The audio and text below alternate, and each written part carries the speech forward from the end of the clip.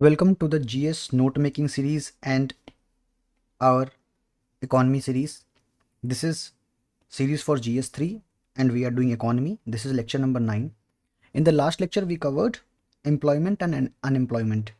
See, covering employment and employment, as soon as we complete that, it is important that unemployment के साथ ही gig economy पढ़ लें हम लोग, because gig economy is also part of inclusive growth, right? So जितना भी inclusive growth का हिस्सा है, so that's why I told you at the very beginning कि इंक्लूसिव ग्रोथ कोई एक पॉइंट पे ख़त्म नहीं होता है.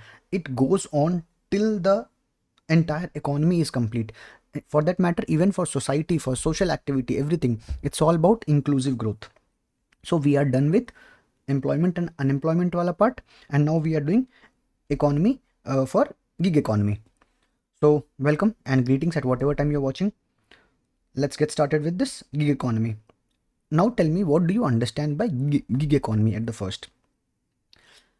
अब ये gig economy is a term which took skyrocket after और ड्यूरिंग द पैंडमिक टाइम. एकदम से ये स्काई बूम हुआ. इसी टाइम पे डिजिटल इंफ्रास्ट्रक्चर फॉर एजुकेशन भी बूम किया और इसी टाइम पे our gig economy also boomed.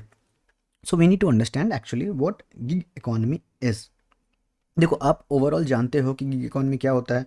Uber, Ola, Swiggy, Zomato etcetera. इसका मतलब ये है कि anybody who is employed in gig economy, they are not treated as a contract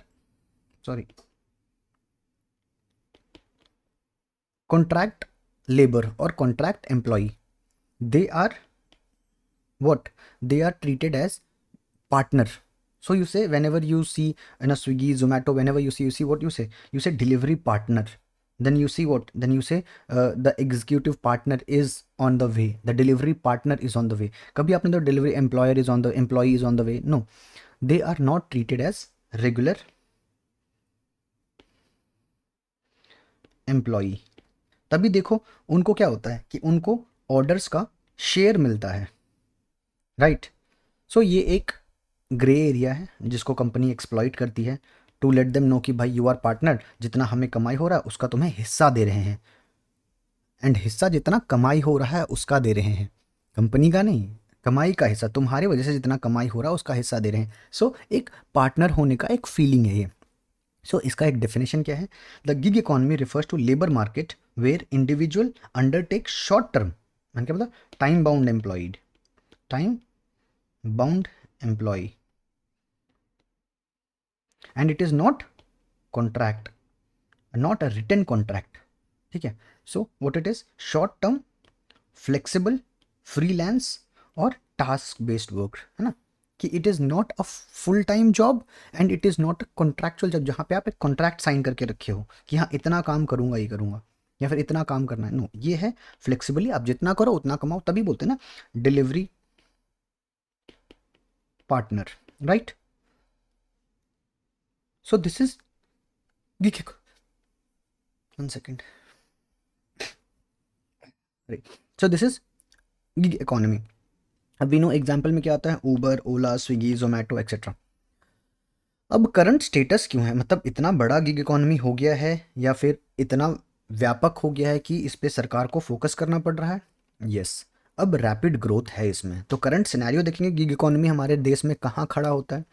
so at present it is said that from 7.7 million in 2021 it has grown to 12 million in 2025, FY 2025. that is almost 55% का growth हुआ है. अब now understand this, 55% growth in just 4 years is a huge number. So now this cannot be ignored anymore. ठीक है? अब इसको ignore नहीं किया जा सकता है. सो इसकी पोटेंशियल क्या है इस मार्केट की?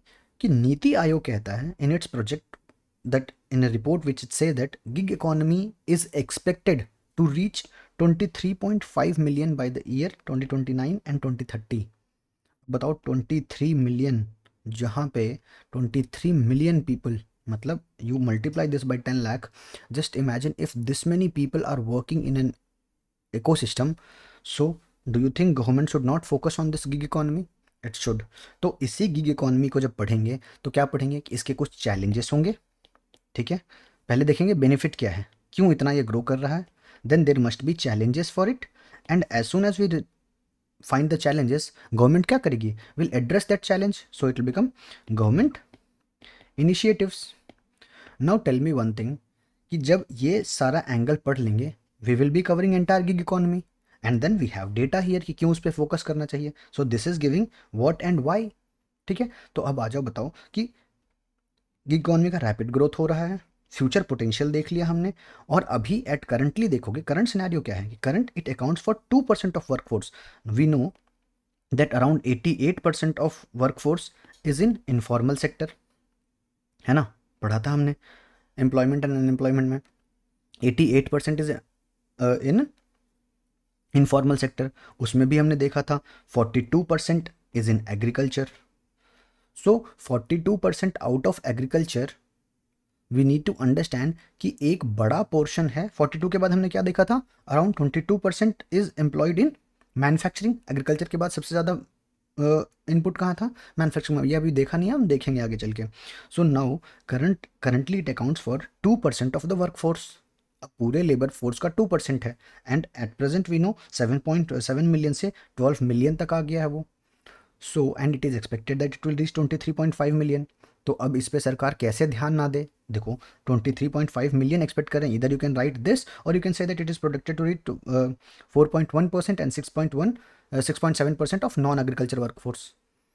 4.1 of total workforce and 6.7% of another workforce, मतलब sorry, non-agriculture workforce. So you can also write this data in a way that after agriculture and manufacturing, gig economy is employing 6.7 million of non-agricultural workforce. अब तो इस बात को अब ignore नहीं किया जा सकता कि गिग इकोनॉमी ग्रो कर रही है. नीदर यू, नीदर अस, और नीदर द इंडस्ट्रीज. कंट्रीब्यूशन क्या है इसका, कंट्रीब्यूशन देखो, it is expected to contribute 23 lakh crore to GDP by 2030. और 23 lakh crore is 1.25% of GDP. 1.25% of GDP is sometimes sectoral expense of government. किसी एक सेक्टर में इतना स्पेंड करती है गवर्नमेंट. सो 1.25% ऑफ जीडीपी का, that is almost 23 lakh crore at present value. और ये 2030 में इतना करने लग जाएगा, तो जस्ट इमेजिन कि ये कितना बड़ा 23 लाख तब जाके कितना हो जाएगा. और मेजर गिग इकोनॉमी का सेक्टर कौन कौन सा है, e commerce, logistic and quick commerce. E commerce around 3.7 million employment दे रहा है, 1.5 मिलियन लॉजिस्टिक से आ रहा है. लॉजिस्टिक क्या हो गए, जैसे डिलीवरी हो गया, फ्लिपकार्ट्स हो गए. देखो फ्लिपकार्ट्स के भी, जैसे अमेजोन के भी दो पार्ट है. एक ई कॉमर्स जो सेलिंग में है, and then there is a logistic, उसको पहुंचाता है, जो आपके घर तक आता है डिलीवरी पार्टनर डिलीवर करने के लिए. ठीक है, then quick commerce and other भी है. लॉजिस्टिक हो गया, ई कॉमर्स हो गया, then is a quick commerce. Quick commerce क्या हो गया, ब्लिंकिट, ज़ेप्टो, है ना, Dunzo. These are thing what, quick commerce. So around 2 million. So now you see that if the question is asked why gig economy should be focused, you know that these all data shows कि भाई इसको अब ignore नहीं किया जा सकता है. Gig economy has grown so much. Just this point shows कि why 55% growth in just 4 years is an immense growth. So it needs to be focused. अब इतना क्यों, इतना जब कोई इंडस्ट्री बढ़ रही है, इतना जब कोई सेक्टर बढ़ रहा है, तो इसके कुछ तो बेनिफिट होंगे तभी बढ़ रहा है. बेनिफिट क्या है कि at this is this job losing scenario, gig worker are the one who are still able to find employment. कैसे, आ जाओ देखते हैं बेनिफिट्स में. बेनिफिट फॉर वर्कर क्या है कि देखो फ्लेक्सिबल है, इसमें कोई कॉन्ट्रैक्ट नहीं कि भाई तुमको 8 घंटे 9 घंटे काम करने हैं, तुम जितना करोगे उतना पाओगे. Why, because you are partner की तरह तुम्हारा ट्रीट किया जा रहा है. लो एंट्री बैरियर्स है. What does low entry barrier means, अब जैसे मान लो आप IT sector blue collar job करते हो, let's say IT sector job कर रहे हो, तो आपको चाहिए इतना क्वालिफिकेशन होना चाहिए, इतनी आपकी बेसिक एक्सपीरियंस होनी चाहिए, है ना, इतना ये डिग्री होनी चाहिए आपके पास, ये एड ऑन डिग्री होना चाहिए, इतने साल का experience. These are the barriers that you need to cross to get the job. इसमें बैरियर क्या होता है भाई, आपके पास एक बाइक होना चाहिए, लाइसेंस होना चाहिए, यू मस्ट बी इतना इतना years old at least. Low entry barriers, nobody is restricting you from joining it. then multiple income source है, that you are not link. जैसे मान लो एक होता है जिसको टर्म बोलते हैं moonlighting. So what is moonlighting, that you are working for this company, so you can not work for a company which is your competitor, है ना, you can not work. But इसमें क्या है, multiple income है. आप Zepto में भी काम कर रहे हो, आप लगे हाथ ब्लिंकिट में भी काम कर रहे हो, आप लगे हाथ जोमेटो में भी काम कर रहे हो, आपको जहाँ काम करने का मन है, देर इज़ नो कॉन्ट्रैक्ट, आप जहाँ काम करने का मन है वहाँ काम करो। देन स्किल डेवलपमेंट भी हो रहा है, that if you are learning one thing, आप मान लो अभी आप डिलीवरी पार्टनर हो, you can go into warehouse, become a warehouse partner, वहाँ पे आप काम कर सकते हो, वहाँ पे एम्प्लॉयड हो सकते हो। So there is also skill development, तो हर जगह ही है, wherever you are there skill development किसी ना किसी तरीके से हो ही रहा है। Then benefit for economy and society क्या है? अब देखो इकोनॉमी के लिए क्या है कि लो कॉस्ट एम्प्लॉय मिल जा रहा है ना। देखो एम्प्लॉयमेंट क्या है, एम्प्लॉयमेंट जनरेशन हो रहा है, you can write it, employment is, one second,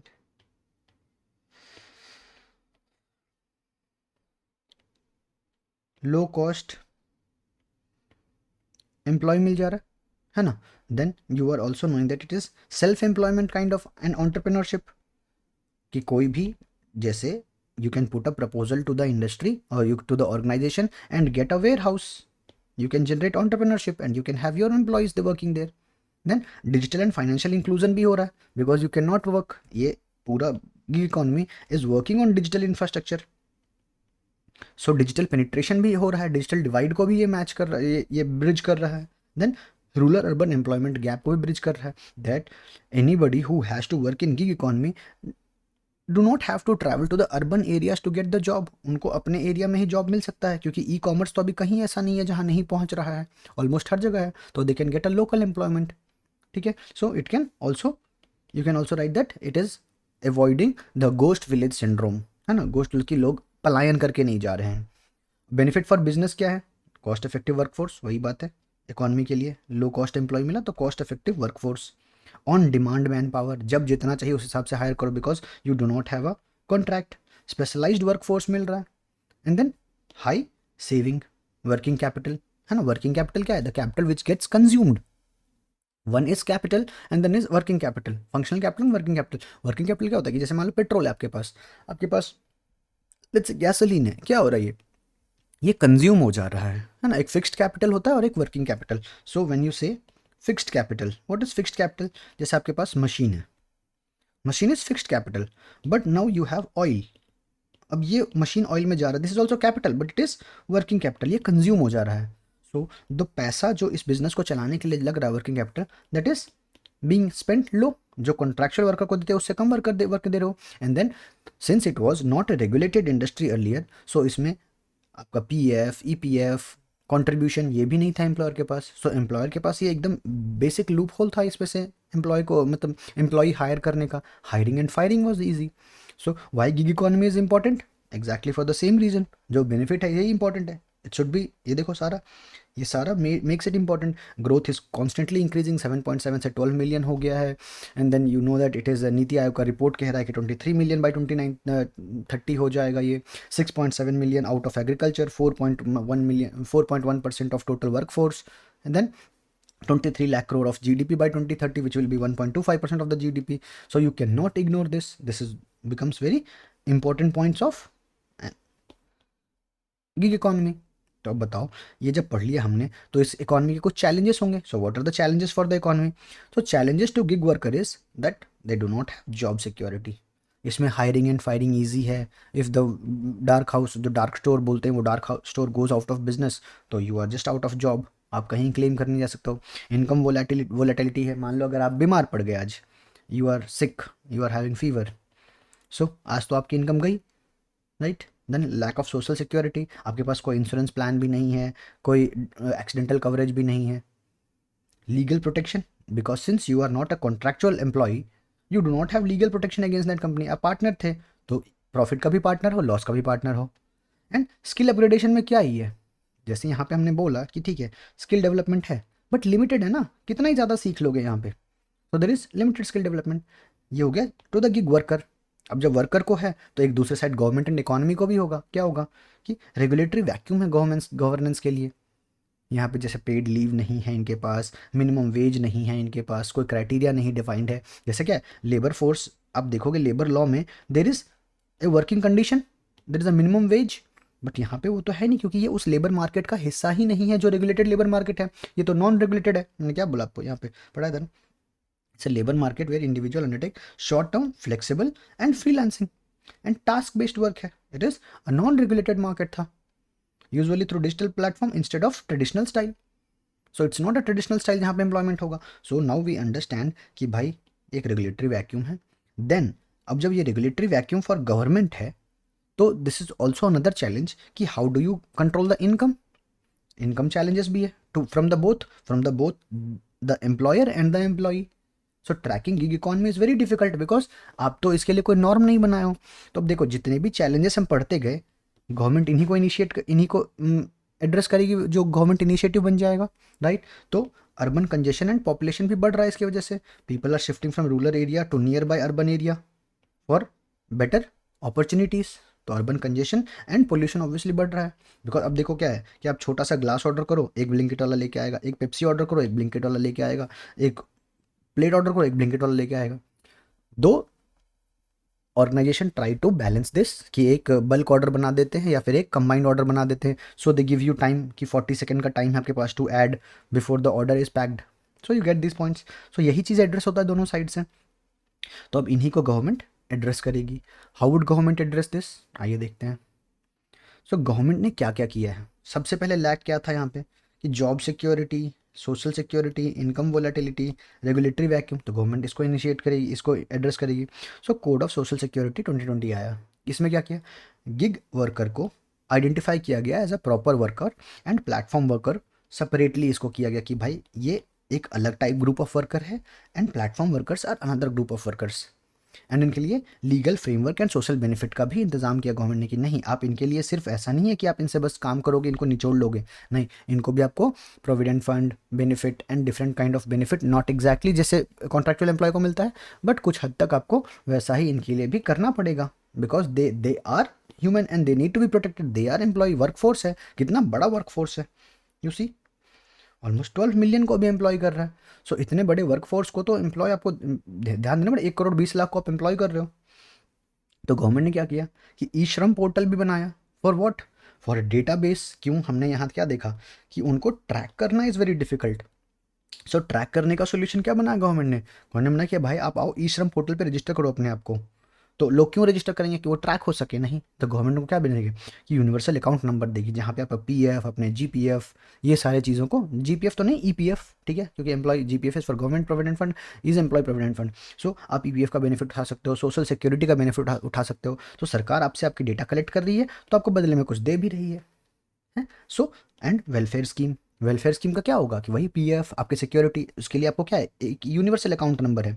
सो आप जहाँ जहाँ अलग अलग सिटी में, जहाँ मान लो आज आप राजस्थान में काम करो, कल को आपका मन किया मैं मुंबई में काम करूँगा, तो you do not have to like वहाँ पे जाके एक अलग रजिस्टर करो सोशल सिक्योरिटी के लिए. No, you have an universal account number जो यूआईडीआई के थ्रू आप कनेक्ट करते हो अपने आधार से and it's linked UN by income tax portal. Then अब देखो यहाँ पे हमने क्या देखा कि भाई इनके पास पेड लीव का सुरक्षा नहीं है, मिनिमम वेज का सुरक्षा नहीं है, एक्सीडेंटल के उनके पास सोशल सिक्योरिटी नहीं है, कोई लीगल प्रोटेक्शन नहीं है. तो इनको सरकार एड्रेस करेगी. क्या क्या सरकार ने, इंश्योरेंस का दिक्कत है तो प्रधानमंत्री श्रम योगी मानधन योजना लाया. तुम्हारे पास एक्सीडेंटल डेथ का और जो लाइफ का है तो लाइफ में प्रधानमंत्री जीवन ज्योति बीमा योजना सरकार लेके आई. तो देखो जितना भी चैलेंजेस, मैं आपको क्या बताया था पिछले लेक्चर में भी कि अगर आप एक पार्ट समझते हो, जैसे मैं याद करूँ, मैं आपको पढ़ाया था लेक्चर नंबर 8 जो था अपना, उसमें एम्प्लॉयमेंट एंड एम्प्लॉयमेंट क्या पढ़ाया था मैं आपको कि अगर आप टाइप ऑफ अनएम्प्लॉयमेंट समझ गए हो, है ना, कि डिस्गाइज्ड एम्प्लॉयमेंट कैसे स्ट्रक्चरल एम्प्लॉयमेंट है, तो कॉज ऑफ एम्प्लॉयमेंट समझना भी आसान होगा, वही चीज़ होगा. और जब टाइप्स ऑफ एम्प्लॉयमेंट समझ गए तो कॉज समझना आसान है, तो गवर्नमेंट एड्रेस भी तो इसी कॉज को करेगी. सो की रूट समझना वह बहुत इंपॉर्टेंट था. एग्जैक्टली उसी तरीके से जब आप आओगे इसमें, तो क्या है इसमें, आप पहले जब आप देखें कि यहाँ कॉज क्या था, सॉरी चैलेंजेस क्या था, तो आपने देखा कि उसी चैलेंजेस के जो बेनिफिट में लैकिंग है वो चैलेंजेस बन गया और उसी चैलेंज को एड्रेस करने के लिए गवर्नमेंट ने इनिशिएटिव लाया. तो वेरी इनिशियल से आपको ये समझना जरूरी है कि मुझे पढ़ने का डायरेक्शन किधर रखना है, राइट.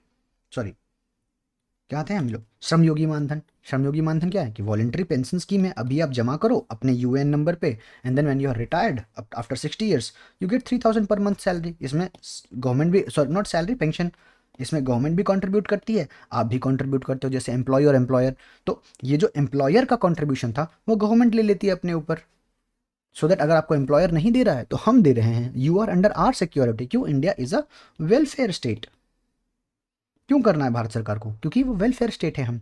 देन जीवन Jyoti Bima Yojana, up to 2 lakh life insurance to the eligible worker and at the affordable premium. ऐसा नहीं कि फ्री में नहीं दे रही, अफोर्डेबल प्रीमियम पे है, right. Then various platform based for gig workers, जैसे राजस्थान के अलग से, कर्नाटका के अलग अलग रजिस्ट्री बने हुए हैं। हर स्टेट कुछ कुछ अपना भी देती है initiatives. Online registry for worker, welfare board, welfare fund, worker registration, इन सब के लिए गवर्नमेंट अलग अलग स्टेट गवर्नमेंट्स भी कर रही है। These are done by central government. And then constitutional mandate क्या होता है? कॉन्स्टिट्यूशनल लिंकेज भी है कि आर्टिकल 39 कहता है क्या है? एक लाइवलीहुड होना चाहिए। 41 क्या कहता है, सॉरी, राइट टू वर्क होना चाहिए आपके पास, तो आप काम भी करोगे। 43 living wages and working condition, सारा डीपीएसपी है। SDG 8 क्या कहता है? Decent working and economic growth भी होना चाहिए। सो देखो, जब भी आप सस्टेनेबिलिटी की बात करो, जब भी आप इंक्लूसिविटी की बात करो, जब भी आप किसी चीज़ की फॉर सस्टेनेबल ग्रोथ की बात करो, तो हमारा कॉन्स्टिट्यूशन के आर्टिकल को भी एक बार एक्सप्लोर कर लो दिमाग में, और SDGs को भी एक्सप्लोर कर लो।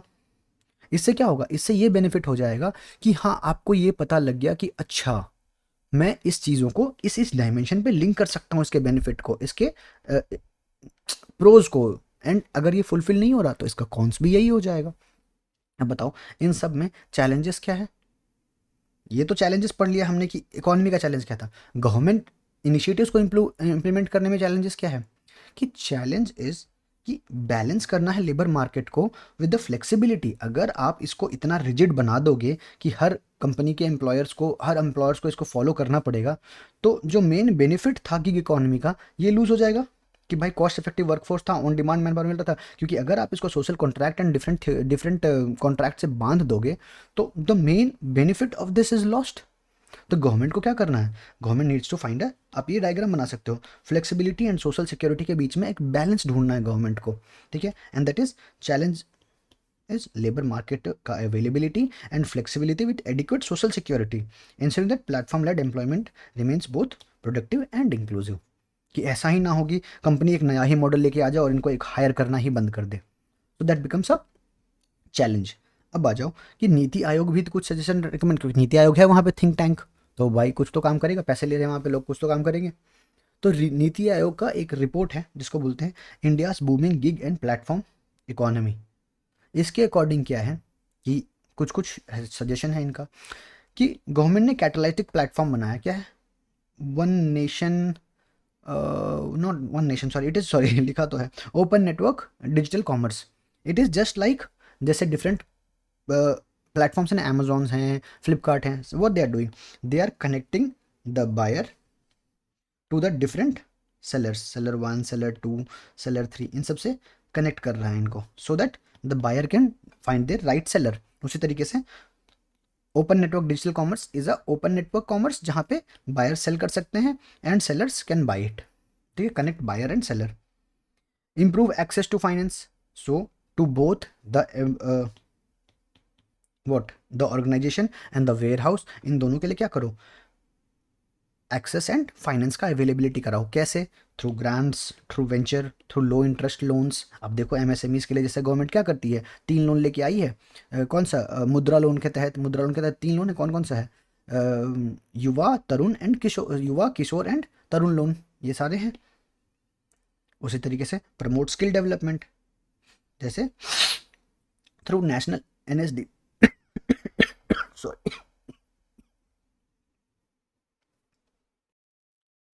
क्या है? तो national skill development corporation platform है। यहाँ पे क्या होता है?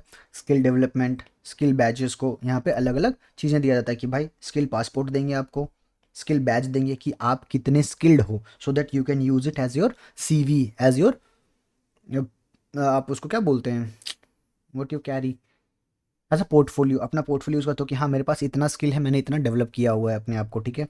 देन प्रमोट सोशल इंक्लूजन, कैसे? कंडक्ट जेंडर सेंसिटाइजेशन सर्वेज और जेंडर सेंसिटाइजेशन वर्कशॉप्स, जहाँ पे आप ये कर सको कि नहीं, इंक्लूसिविटी में सिर्फ गिग वर्कर को इंक्लूड नहीं करना, सिर्फ मेंस को ही नहीं इंक्लूड करना है, both the gender needs to be included. And then expand social security. अब यही है।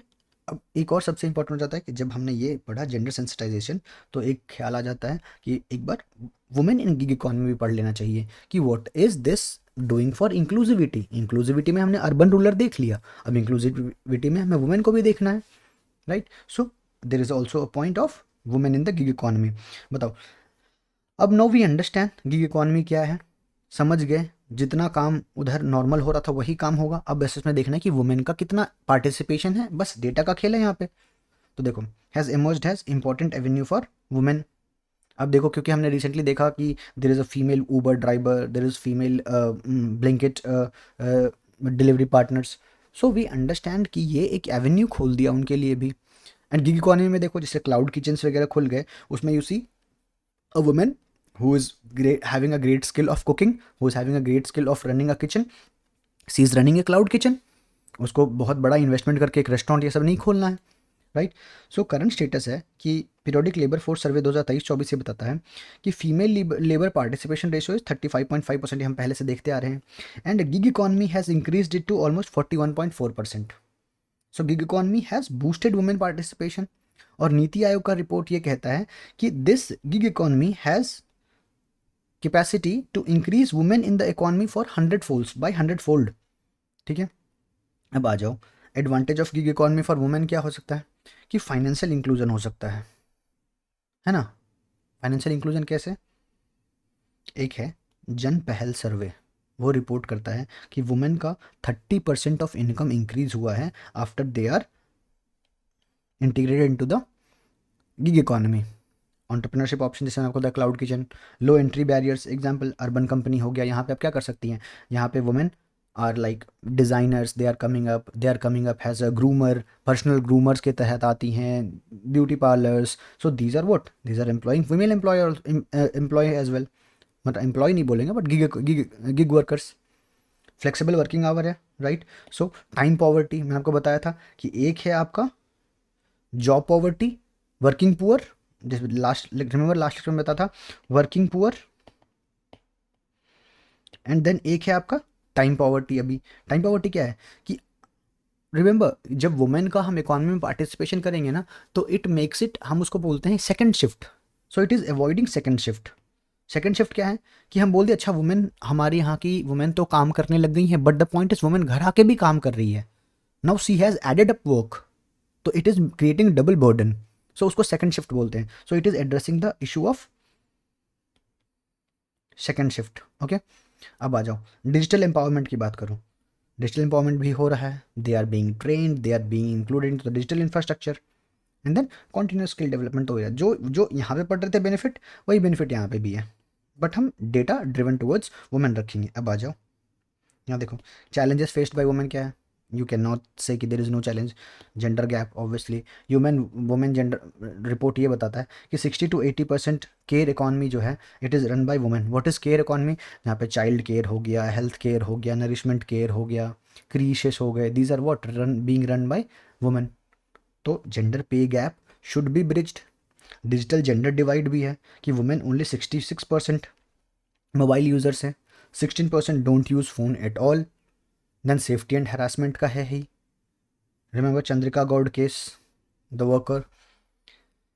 अब जाके पढ़ना एक बार चंद्रिका गौड़ केस का, ठीक है। I don't know if I am allowed to say about this on, पता नहीं कुछ सेंसर वेंसर ना हो, बट ठीक है।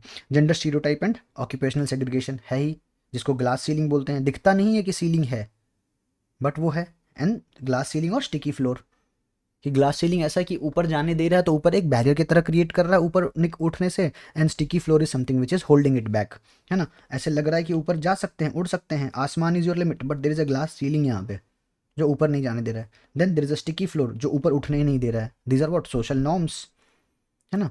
तो gender stereotype, occupational segregation, these are what like glass ceiling and sticky floor. अब लिख सकते हो इस एग्जांपल, ये वर्ड लिख के आना एग्जाम में, ठीक है। देन डबल बर्डन, जिसको सेकंड शिफ्ट बोलते हैं। रिमेंबर अभी जस्ट टोल्ड यू कि पहले बाहर भी काम करना है, फिर घर आके बच्चों के लिए भी काम करना है, हस्बैंड के लिए भी काम करना है, फैमिली के लिए भी काम करना है। So it is not solving a issue, it is also creating an issue as well. मतलब it is not solving, it is not just solving an issue, it is also creating a issue. Then adequate social security. So out of pocket expense बढ़ रहा है, क्यों, क्योंकि इनको job security के साथ साथ इंश्योरेंस सिक्योरिटी नहीं है, इनके साथ एक्सीडेंटल सिक्योरिटी नहीं है। So one second, so these securities will what out of pocket expense हो जा रहा है कि जब बीमार पड़ गए तो पॉकेट से खर्चा करना पड़ रहा है। देन इनकम वोलेटिलिटी, ऐसा कुछ भी नहीं था जो सेम यहाँ नहीं था, वही चैलेंजेस हैं, बस address towards the female. So that's it for this इस वाले चैप्टर के लिए फॉर द गिग इकॉनमी इतना ही है। And next we'll do budgeting. Budgeting is a big lecture, वो बहुत टाइम लगेगा क्योंकि उसमें बजटिंग है, पूरा मुझे समझाना होगा आपको। So next hour will be government budgeting and FRBM act, हम इसी में करेंगे lecture number 10। So before we move there will just, आप यहाँ तक पहले अपडेट हो जाओ। So scan this to get your PDFs and this for your lectures. Thank you. See you in the next episode.